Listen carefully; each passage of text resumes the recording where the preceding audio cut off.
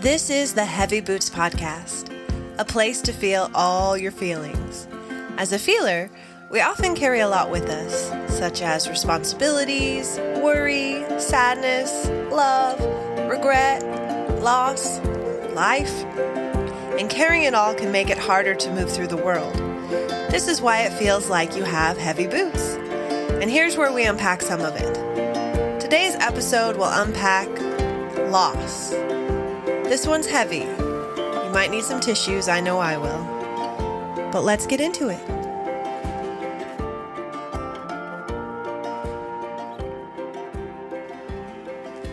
There's many types of loss. There's a loss at a game, like a football game or a baseball game. That sucks.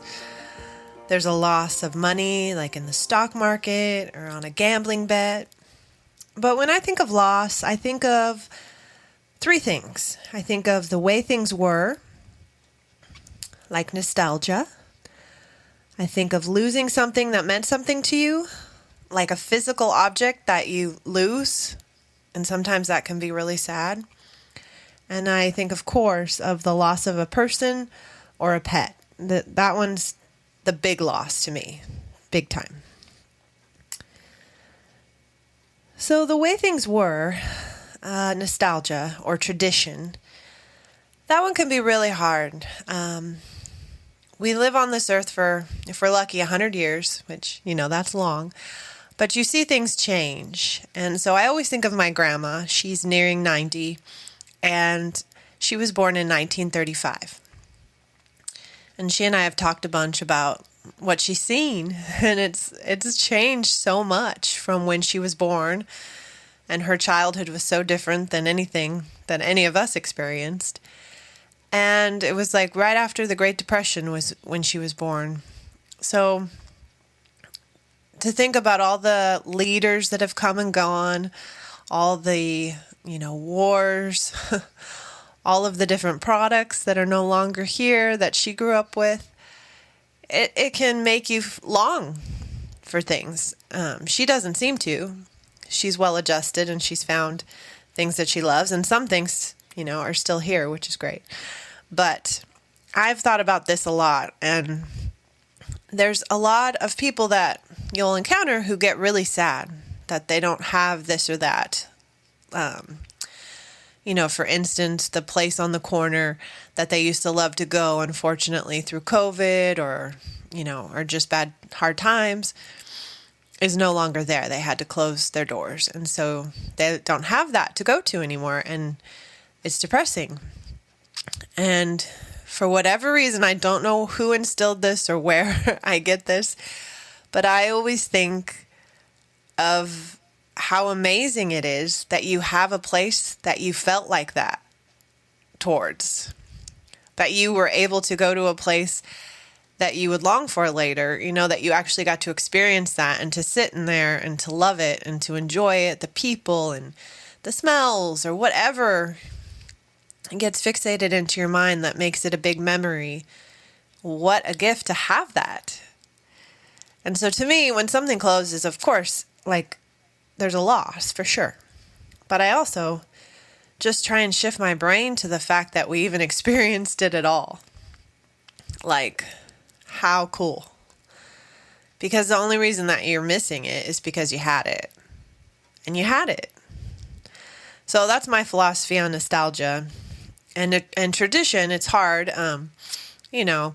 Someone passes away that, held all the tradition in your family, or people move away, or, people get divorced, or just so many different little things that can happen to change tradition, which to me, tradition is like, what you do for Christmas or what you do for Thanksgiving or what have you. And to me, you just do whatever works for the year, I think sometimes we get so stuck in we have to do the same thing every year, and that's beautiful. So please, if that's what you do, enjoy it and have fun with it. But it's also really fun to try something different this year. Let's go do this, or, let's celebrate with these people this year, or what have you. So to me, I think tradition is beautiful. And if it can be done where you get to do the same thing every year, awesome. But if it comes with a loss, where it could be that it's so ingrained that you get so sad when it's not there, I think it's wise to have little other things to balance that out so there's not a big void. Because, everything's changing in life, always, for everybody, from one year to the next. Unfortunately, we might not have people here, or, they move, or all kinds of reasons. And so it's kind of cool to stay fluid and just enjoy everything, just enjoy anything different or the like.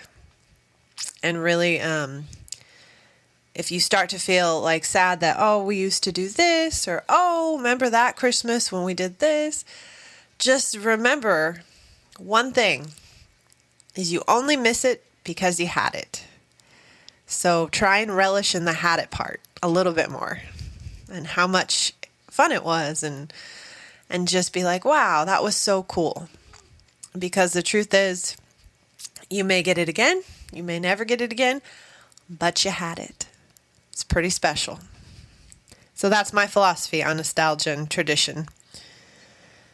And then we get to losing something that meant something to you. So I've had many things throughout the years that I'm a sentimental fool. Let's just be honest. I have every letter, every card that anyone's ever written me. And one of these days I want to unpack it all and take pictures and kind of just let it go. Still have it somewhere in the Google Drive or what have you, but to hold on to all that, it's piling up. And it's something that always tugs at my brain. So I want to be a minimalist, if I'm honest. And so at some point, but I'm going off on a tangent here, but I keep everything. I keep everything, every card anyone ever sent me, every letter that I've ever gotten. I have letters from silly boys in high school and my best friends. We used to write notes and, fold them all cute, and I have them all, everything. I have keychains. I have everything. So I'm sentimental. And so when I lose something that means something to me, it's really hard. I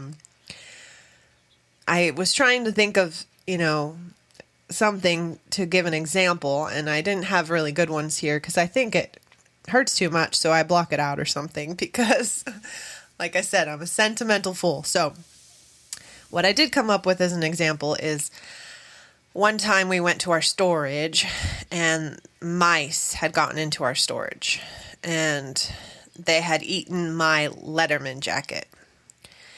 And this Letterman jacket was something that I wanted so bad. I was on the basketball team and the colors were so pretty. Our team colors were purple and gold.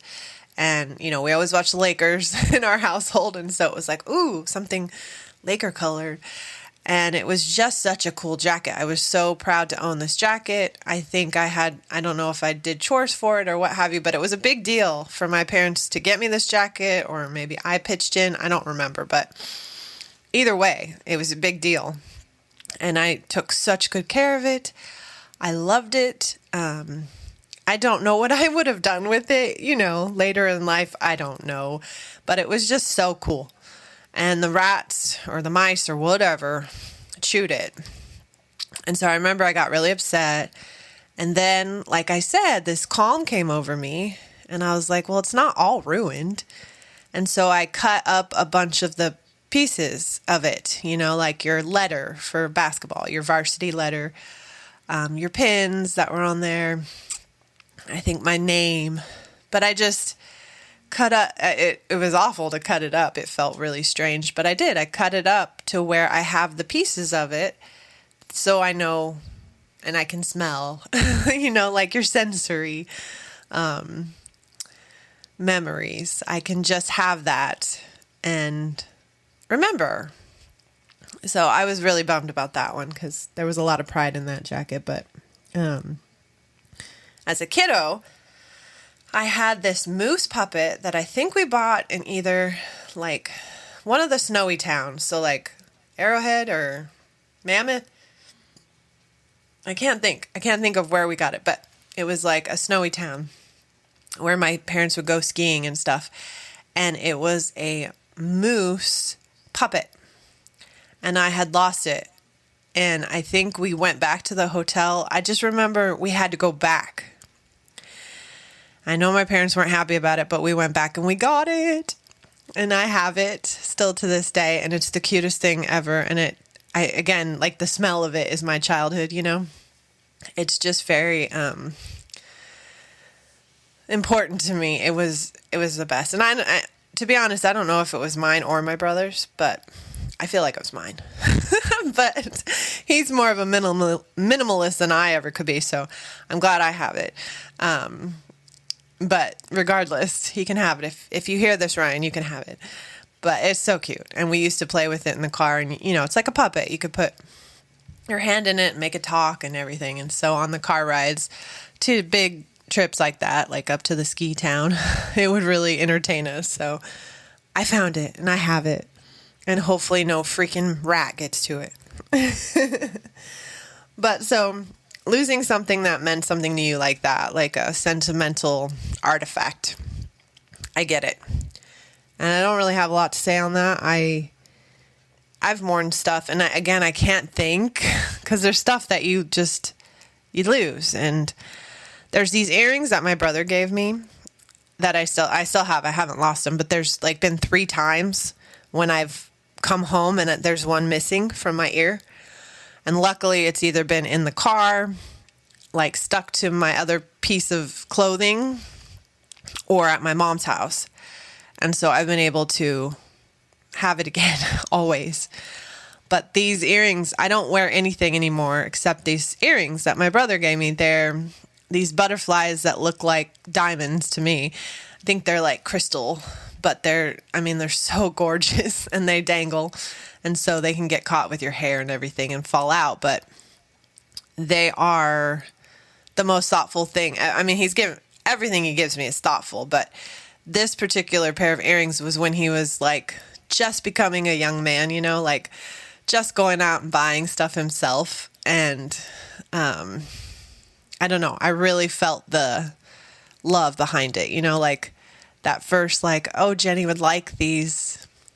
I don't know, it was like a step between childhood, you know, and the little gifts of like tchotchkes or what have you, which I love and I have all of them.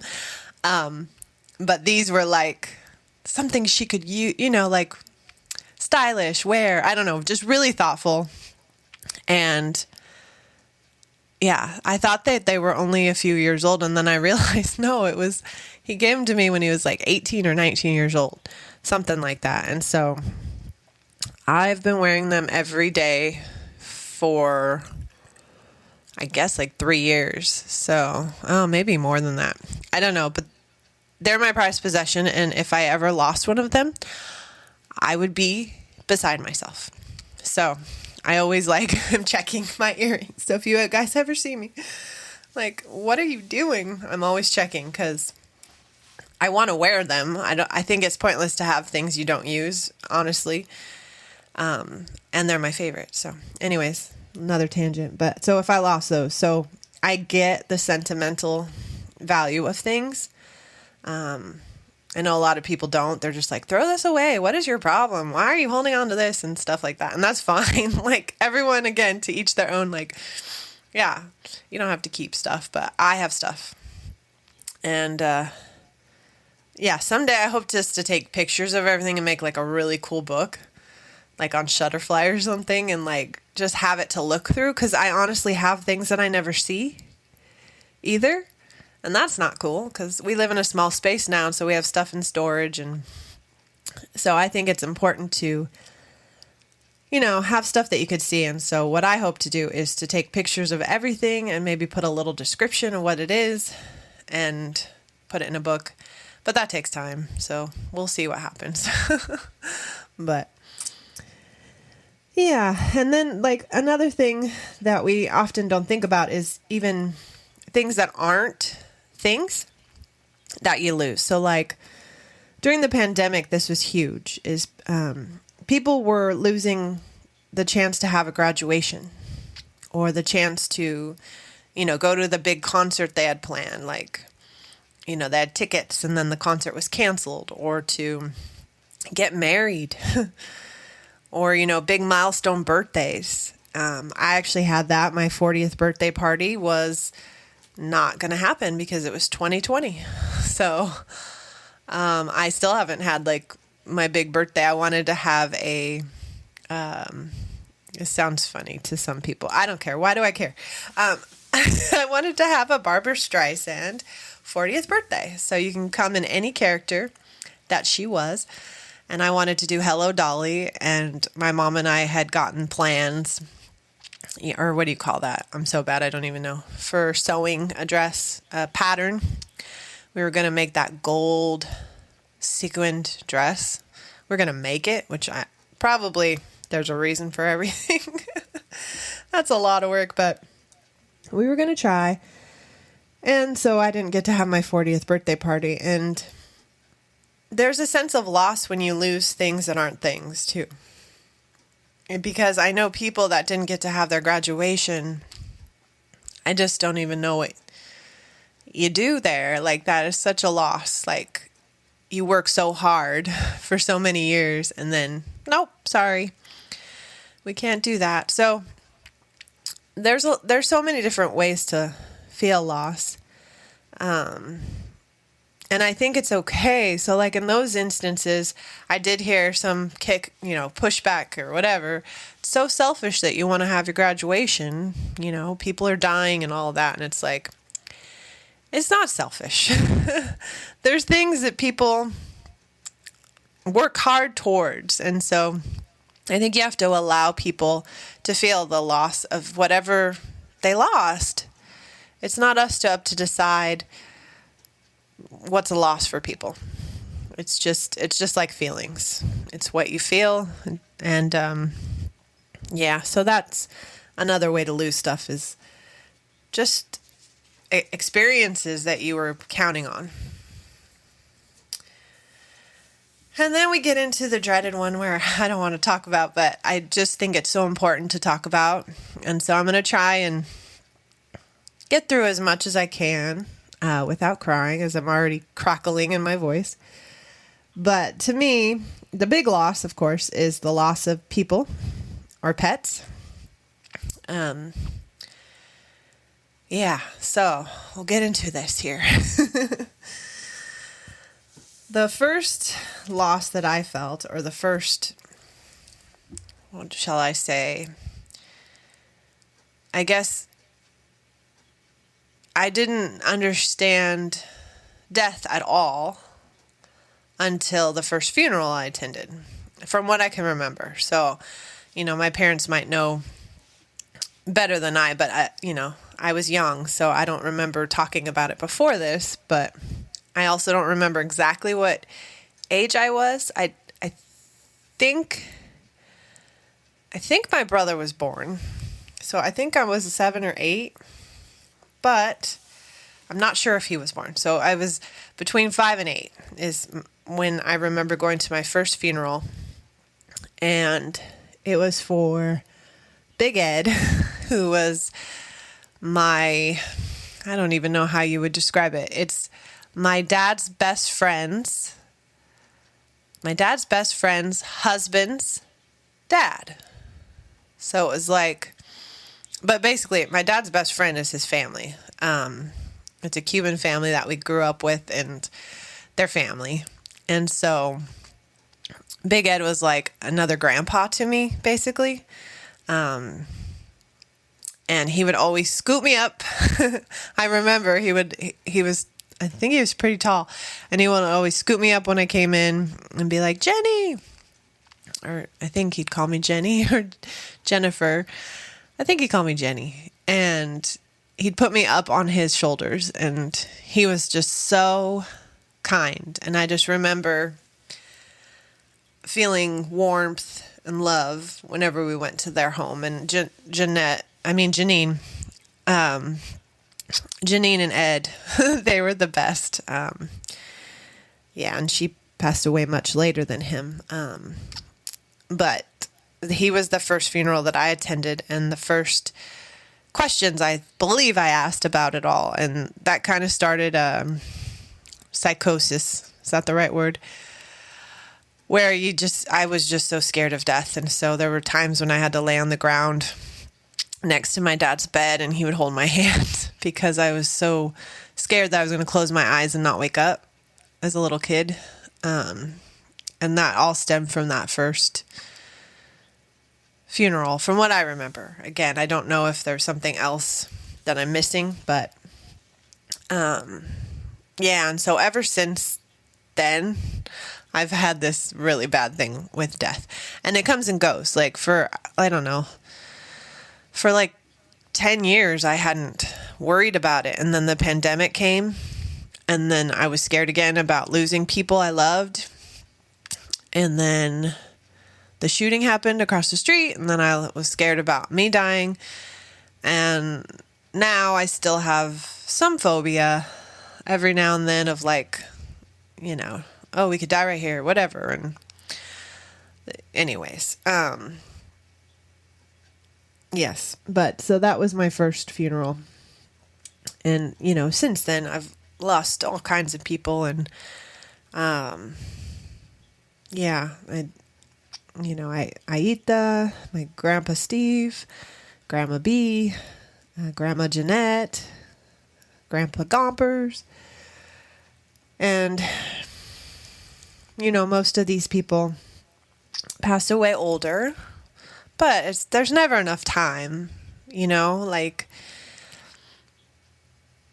never enough time. And then there's the really tragic ones where, they're all tragic though. That's the thing is I have a hard time saying they're really tragic because to me, even if you have 110 years with someone, sometimes that's not enough. I know that sounds crazy, but I don't know. I just think everything is sad when it ends, period. And, yeah. And so I'm not as good with my, theory that we had them, so we shouldn't be sad. That doesn't really work with people, unfortunately, because of course, think of the good memories and think of the times and all the, the details of them and everything, but it is still icky. I don't know. It's a little different. I can't shape it different in my head. It just hurts. So, yeah. Yes. And, I miss Annie and Gary and Pat. And those were too young for me. And out of the blue, and again, there's never too young. There's never too old. But there's just the ones that catch you off guard, that you're just like yesterday, I don't know this person, but he kept me alive. I know that sounds crazy, but I get sad. But he was a force of light, and his name was Leslie Jordan, and I know everybody probably knows who he is from something. He's been around quite a bit, but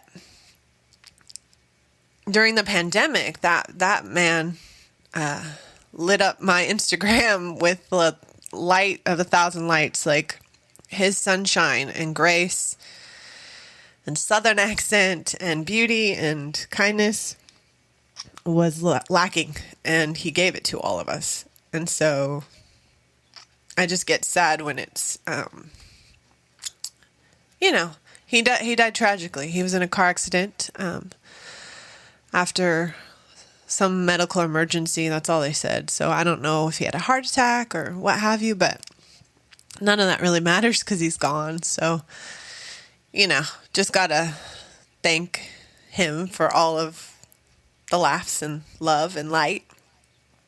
And that brings me to a topic where people, I don't know, at least for me, some people get mad, or not mad, but are like, why do you care? you didn't know them, like, cause I tend to cry over a lot of, deaths. I get upset about everything, like all the stuff going on in the world. Like if I hear about it, I'm crying. And it's like, well, you didn't know them or whatever. And it's like, just for me, again, to each their own. If that doesn't affect you, at least, like, even if you want to have, save face in public and you don't want to cry in public or show emotion, cool. But if that doesn't hit you at all, like in the gut where you maybe think about it later, or you think about it and keep it to yourself, that's there's a lack of compassion or empathy. And again, there's nothing wrong with anybody who doesn't. It's just I don't know, that just seems there's a void there, like, or it's just a numbness. And that's what I want to try and stay out of, is to be numb. Because there's been times when I felt numb. Like there were so many things that came at me that I didn't cry. And I hate that feeling. I want to care. And yeah, but that's just my priority. So like, if that's not anybody else's, I get it. But I just, I don't think it's a bad thing to care about people, especially people that have brought something into your life. Like I remember when Lucille Ball passed away, my dad and I were driving. I remember the exact stretch of road. It was up between Agua Dulce and Acton. And I just remember crying. And, yeah, it was just like the radio announcer said, Lucille Ball passed away at age, I don't even remember. But there was like, you could tell my dad was bummed and I was crying. And, it's just like a void, because I know even the ones who get older, like Angela Lansbury just passed away, and I watched all Murder, She Wrote when we were growing up, and Paul and I have been watching them, since we've been together. And I mean, she's just amazing. And so, she's older. She was like in her 90s and she had a long life or what have you. And so it's like, what's the big deal? And it's like, because she touched my life, like there were times when it was like, what are you going to do tonight? We're going to spend time with her, and it sounds weird because we don't know her, but I don't know. So I do a lot of crying for a lot of different people, and, and then there's also been times where maybe my emotion for people in my own life isn't as strong or seen as strong or whatever. And it's like, no, you can bet your bottom dollar that, maybe in this circumstance where you're seeing me, I'm not comfortable enough to cry. But man, like, cause my grandma B is who I'm thinking of. And I don't remember. I just felt like somebody was upset with me because I didn't cry enough or something. I remember like I don't even know who said it or what, but I just felt like, whoa. But unfortunately, the circumstance was so high anxiety for me because of the time of my life. And then, I don't know, my mom was there, my dad was there, and they're divorced. And there was just a lot more to it than just being able to be sad. I was just very uncomfortable for whatever reason. And sometimes it's not anything to do with anything. It could be the building, or it could just be that everyone is so sad and I'm feeling all that emotion. And so, but yeah, my grandma B, man, what a woman. And so you can bet I cried for days on that one. So it's just, we all grieve in our different ways, and depending on what we're going through and how we feel. And I just, I just think we should allow that for everybody, is to just know that whatever hurts them hurts, that that's to each their own, and to validate that, and to also know that we don't see everything from people. So even the ones who seem cold and bitter, that don't ever cry or don't ever show emotion or what have you, doesn't mean they don't. Yeah. The other thing that was really hard for me is, I'm going to get sad again. When you believe one thing and you find out another. So like this beautiful angel in my life, like when I was becoming an adolescent, when I was kind of growing into womanhood or whatever you want to say, teenager, Jody Lynn was a preschool teacher with my mom, and she just saw something in me and took me under her wing. I don't know. She knew I was creative, and so she would take me in her slug bug. She had a cool bug, a VW bug, and she would take me to her mobile home, and we would have girls' night and spend the night, and we'd make crafts, and she helped. Yeah, like I think we sewed something. We always would bake, but just talk and sing music. And her dad was Del Shannon, who sang that Runaways song, I think. And she'd play that sometimes and talk about that. But that was a tragic story too. For her, it was hard for her to talk about. But anyway, she was just a light. Again, another light that just, I don't know, it was about respect and loving each other and having fun, and I don't know, but she made the most beautiful felt, like little activities for the kids, that showed like Little Red Riding Hood, and you'd put it up on the felt board in pieces. But she created all that and cut it all out. And then she was making children's books when I last saw her,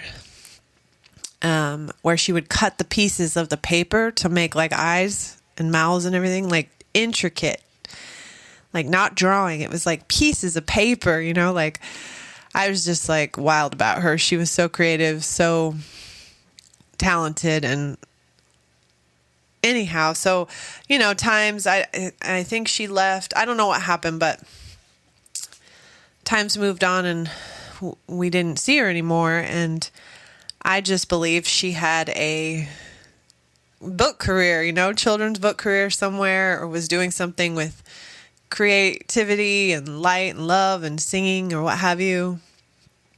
And I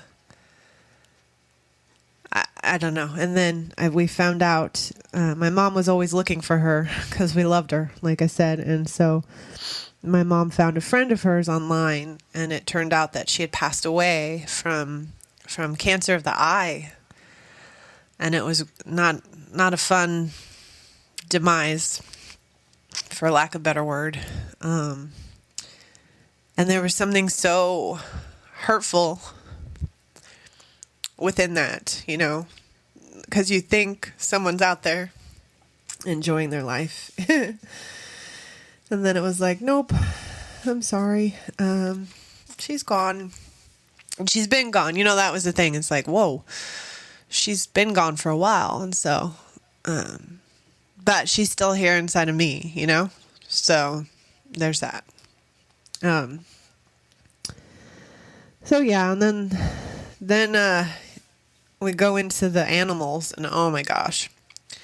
Animals are the most kind, unconditional, beautiful beings. And yeah, we lived in the country a lot when I was a kid, and so we'd lose cats, or there'd be accidents and things that happened. But man, I have a list of pets, like I can't even think. Pepper, Sadie, Hurley, Shadow, Portia, Domino, Oreo, Marmalade. Marmalade was one of the hardest ones when I was little. Is he went in just for a routine operation and he didn't come out. And that was like the only time that my whole family cried together. Like we all got into bed and we just cried. And even my dad was sad. Like he wasn't a big cat person. And he wasn't a big dog person. Now he's like a huge dog person, but that connected all of us. 'Cause that particular cat, Marmalade, oh my gosh, a big fluff ball, looked like marmalade. Yeah, that was a hard one to get that call. We all just sobbed. But we got through it, and we don't get these little ones for long, unfortunately. Dobby, that one was the most beautiful. I know it sounds weird. It was really hard, excruciating, because I had gotten him for my 22nd birthday, I want to say. And my Aunt Paulina brought him to me, and he was I can't even think of the word. Neurotic. He was a neurotic cat. He was crazy. He would run into walls and stuff. So I was really into Harry Potter. So I called him Dobby, but with an IE, because I always have to have an I so I could put like a heart.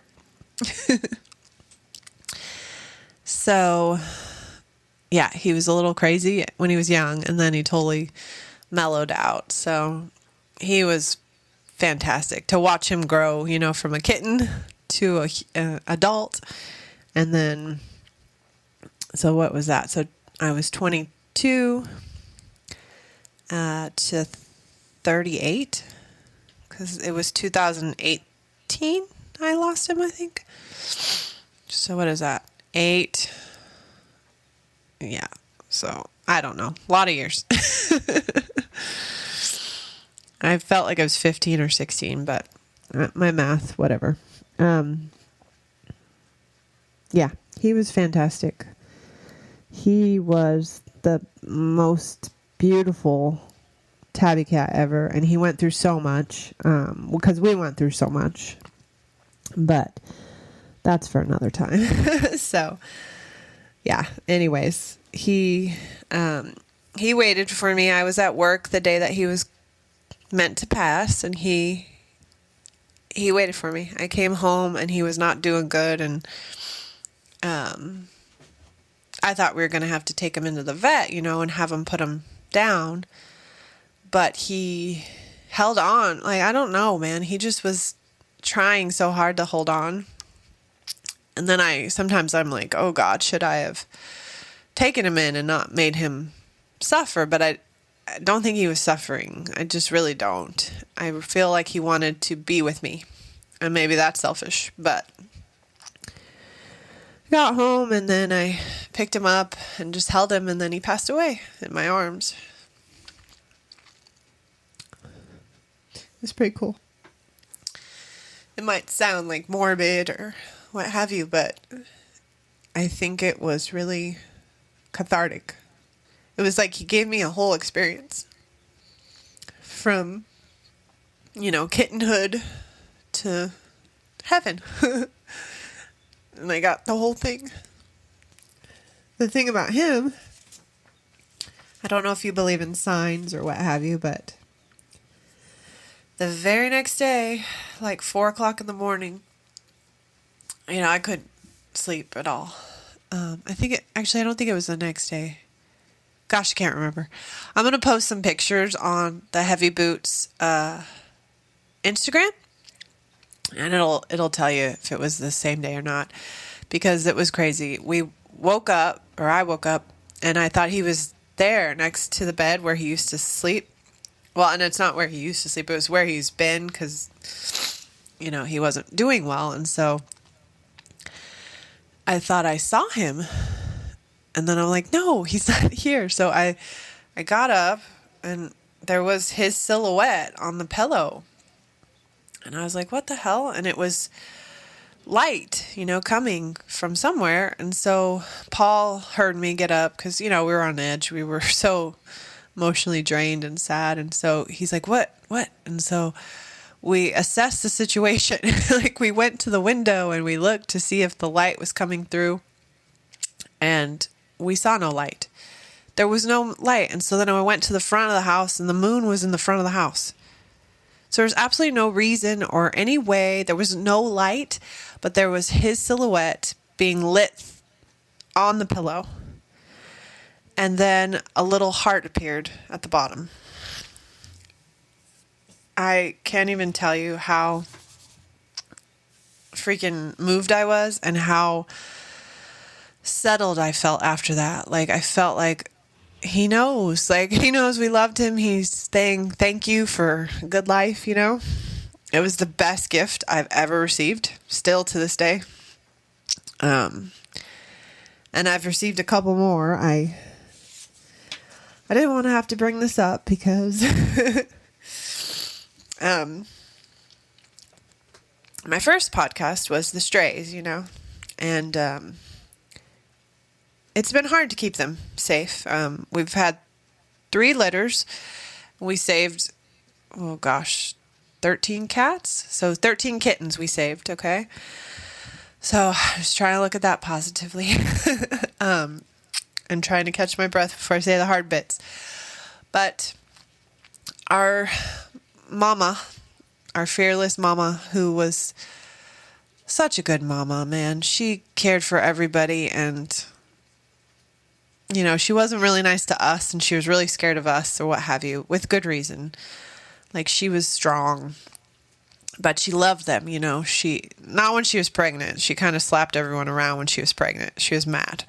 But when she was just mama, with no babies in her belly and no kittens to take care of, she would run with them and play with them.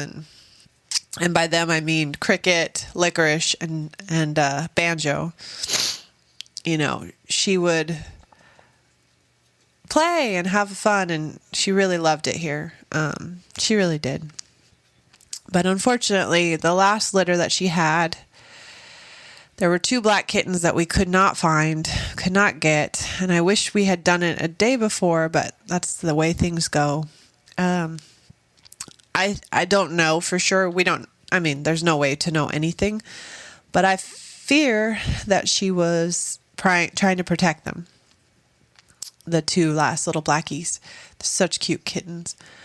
And yeah, and there was a noise outside, and I went to investigate, couldn't figure it out. And she didn't come to breakfast the next day. So rest in peace, Dolly Mama. That was back, oh goodness. I don't know. What is this, October? I believe it was sometime in September. Actually, I think it was August. I'm sorry. The end of August. And then unfortunately, more bad news. This one hurt the worst. I mean, Dolly Mama was amazing, and we wouldn't have anybody without her, but this one that I'm going to say was really sad. In September, it was like their birthday. Like, I'm so mad. I said, tomorrow's Licorice and Banjo's birthday, because it's like a year since we've been up here, you know, and so we can kind of gauge. They were kittens when they came here, and they were tiny kittens, so they were going to be a year old, like September 21st or something, and I said, tomorrow's their birthday, and unfortunately, Licorice didn't come to breakfast, and out of everyone, Licorice was like the routine, like Mama, I was like thinking she might come back because she'd gone off before, like, I'm sick of these kids and Dad's trying to, you know, I don't know. So she'd go off, but Licorice, like, really wouldn't, because Licorice was the most sweetest cat. She had something wrong with her back legs. And so she between her and Banjo, those 2 are my favorite. Like, Licorice and Banjo, because they're the 2 kittens that we saw to begin with, you know. But Licorice, I just was so excited about that name because she was a black cat. And I was like, that's such a funny name. So we came up with that, Licorice. And she was so sweet. She was really skittish, but she was fierce, so she'd go out. We'd watch her go into the field, and I'd always worry about her, but she'd always come back, and it was fine. But there's been bobcat sightings. Somebody said they saw a mountain lion. So there's stuff, and one wrong step. And so it's awful. Like, the stray cat thing is so hard because you don't know what to do for them. You give them food and you try and make them little places for them to sleep and stay and live. But they are going to do their own thing. And they love it. I don't know. There's Percy, who's the dad stray, and I can pet him and pick him up now. So I do believe soon we're going to get him fixed and take him in. I think he's going to live in here with Paisley because they have a little love affair going on. Paisley's a kitty I got after Dobby had passed away, and that was another thing I think Dobby did. I had the name Paisley picked out because I love Brad Paisley, but Paisley is such a pretty name to me, and so I was like, okay, Paisley, yeah. And so we go to the what do you call it, the shelter, and there was this sickly cat, and her name was Paisley, and I was like, are you kidding me? That was so weird. And I hate to admit it, but we passed her by because I was like, she's sick, she was on the street and she's sick, but came right back, and they told us that they'd give us a free voucher to take her to any vet we want to get her, fixed up. And so it just turned out that she'd been living on the street cat, and, she just had a cold or whatever. So we gave her medicine for a few days and she was totally fine. Now she's the fattest cat in all the land. No, I'm just kidding. But she's a happy cat. She's a happy girl. She loves living in the country. She gets the door open, sees the birds, except when Mom's doing her podcast. So she's mad at me right now. I could see her face. But so her and Percy, the stray cat, they get along. And so I'm hoping to bring him in because he sometimes is not very nice to Banjo and Cricket, who are the lone boys left. So we just got 3 boys. Unfortunately, all the female energy's gone, which doesn't matter. I'm not like that, but I'm just saying that Licorice and Dolly Mama would kiss the boys, and look after them. There's a different little function they had, and that's no longer. But this morning, Cricket and Banjo were cuddled so tight in this little chair area we made them. So it's been good, and I just have to have faith because Cricket and Banjo, they love to be outside. I can't go near them. I just think they're going to have to be outdoor cats because they love it so much. And maybe someday we'll have an outdoor catio or something, and we can get them in there and keep them safe because they're brilliant. They're the best. But I didn't mean to go off on that tangent, but I didn't want to tell you guys, but that's what has happened. Yeah, I had faith and hope, but nature is nature. And so that's the hardest loss because you can't imagine it was pretty death. And then it's what if I would have done this, or what if I, and it's oh, you just can't. And so we saved the 2 kittens that Mama was protecting. We found them. They were up in a tractor, and, yeah, we were able to get them somewhere where they can get home. So it's all good. But again, with signs, I really believe, I never did believe in signs, someone sending you a message from the beyond. But with Dolly Mama, when she passed away, or, when she didn't come to breakfast for a few days, there was one morning where I went outside and I was just crying because I was just man, our family, our little group has changed, and everyone was a little on edge. The cats know, and who knows what they saw. I don't know. So I was just sitting out on a chair and crying, And then the clouds were so pretty, so I ran and got my phone to take pictures of it, I love taking pictures of the clouds especially. And so, sorry for my nose noises. It's just because I was crying. But anyway, so I went and took pictures of the clouds. And as I was taking a picture of the cloud, it turned into a cat. And again, I'll post some pictures on, what do I call it? Instagram, so that you could see and tell me if I'm just crazy, if I'm just grasping at straws, But I really feel like it was a cat's face with the heart. I think paws too, yeah. It's just really, to me, it was really evident. And the clouds were one way and then they turned into that. It was just really, so I felt it was a sign from Dolly telling us she's okay, that she appreciates what we've done and she loves us or whatever. I don't know, but it made me feel better. And then the other thing that was really freaking crazy was I had just heard of, what is it called? A Virginian horsefly or something like that. It looks like a bee, I guess, but what it does is it kind of like, not a horsefly, hoverfly. A Virginia hoverfly. And what happens is they get in front of you and they'll hover. Like they just sit there and like kind of look at you or whatever. And I was like, what?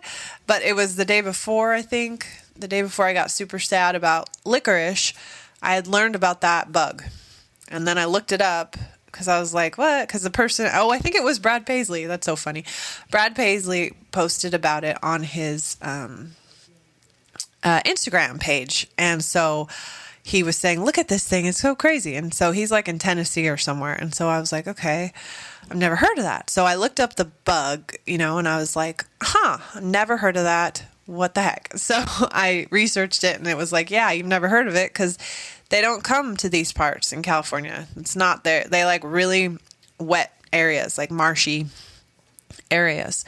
And so I was sitting there crying, over licorice. And I swear to goodness, I don't have proof, but I swear to goodness, I swear that there was a Virginia hoverfly that just hovered for 45 seconds to a minute in front of me as I sat there crying. And I was just like, thank you, licorice.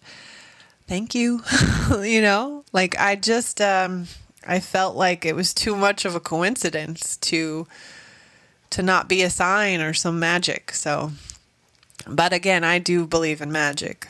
I just do. Because life to me would be so boring if I didn't believe in magic. No.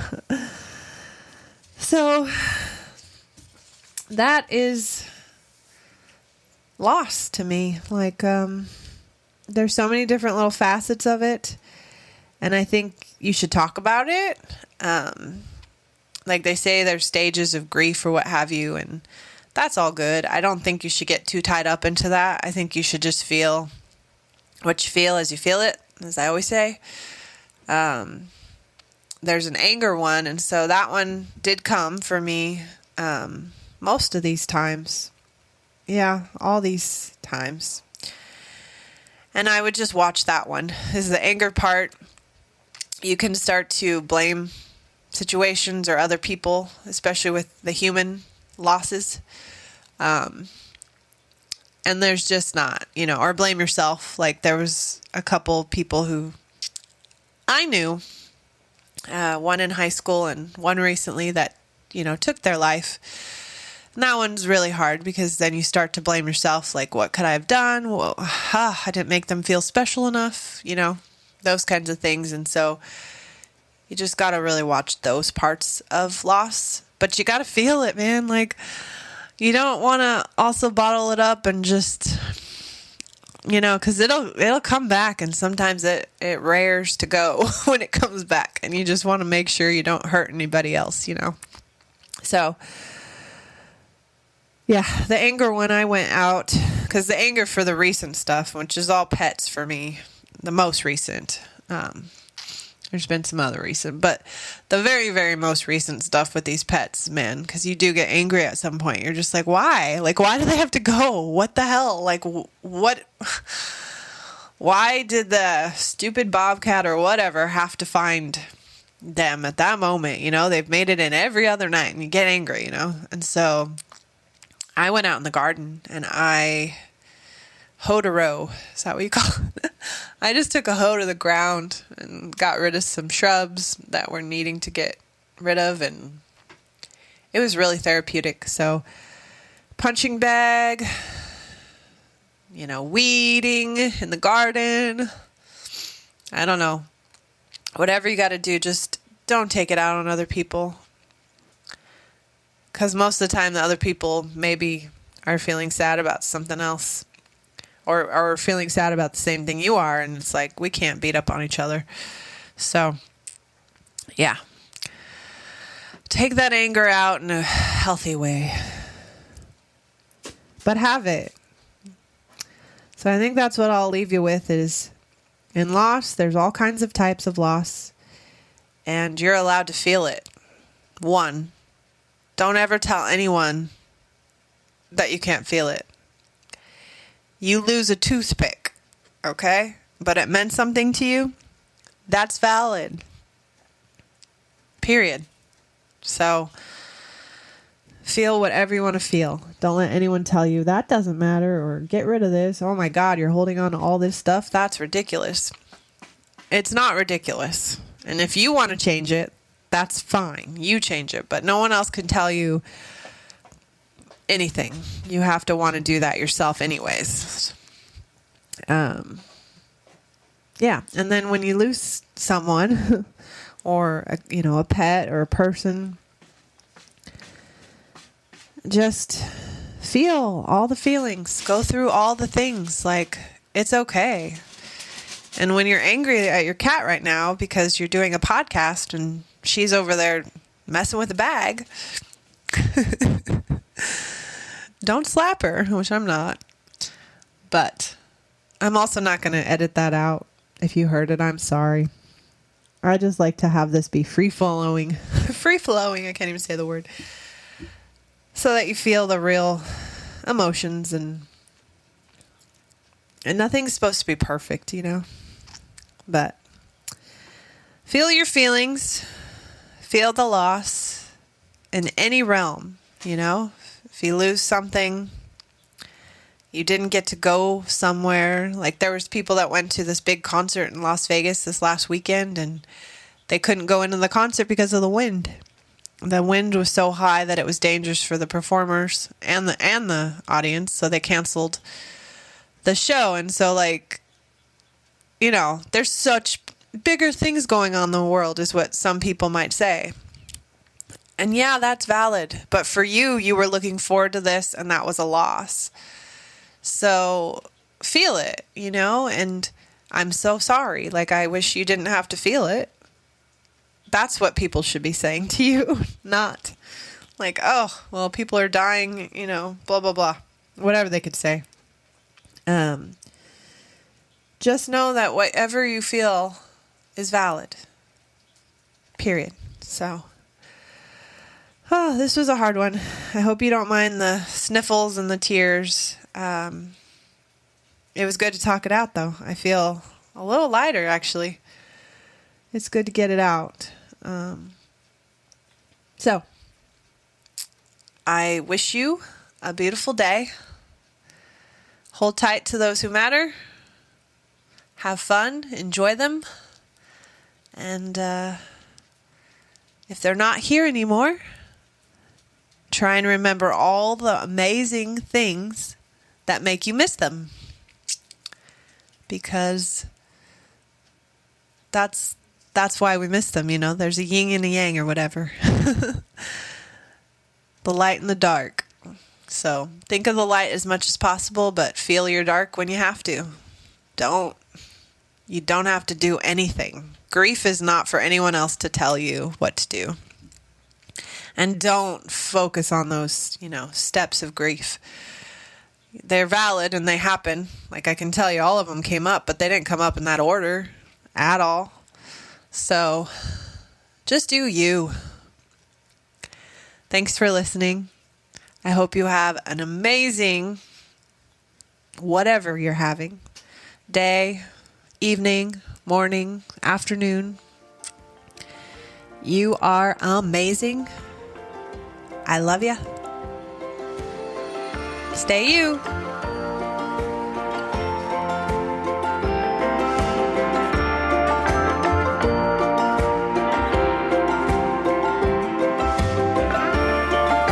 This podcast was written and recorded by Jenny Camille. The song at the beginning and the end of this podcast is a group called Sounds Like Sander with a song called Undiscovered.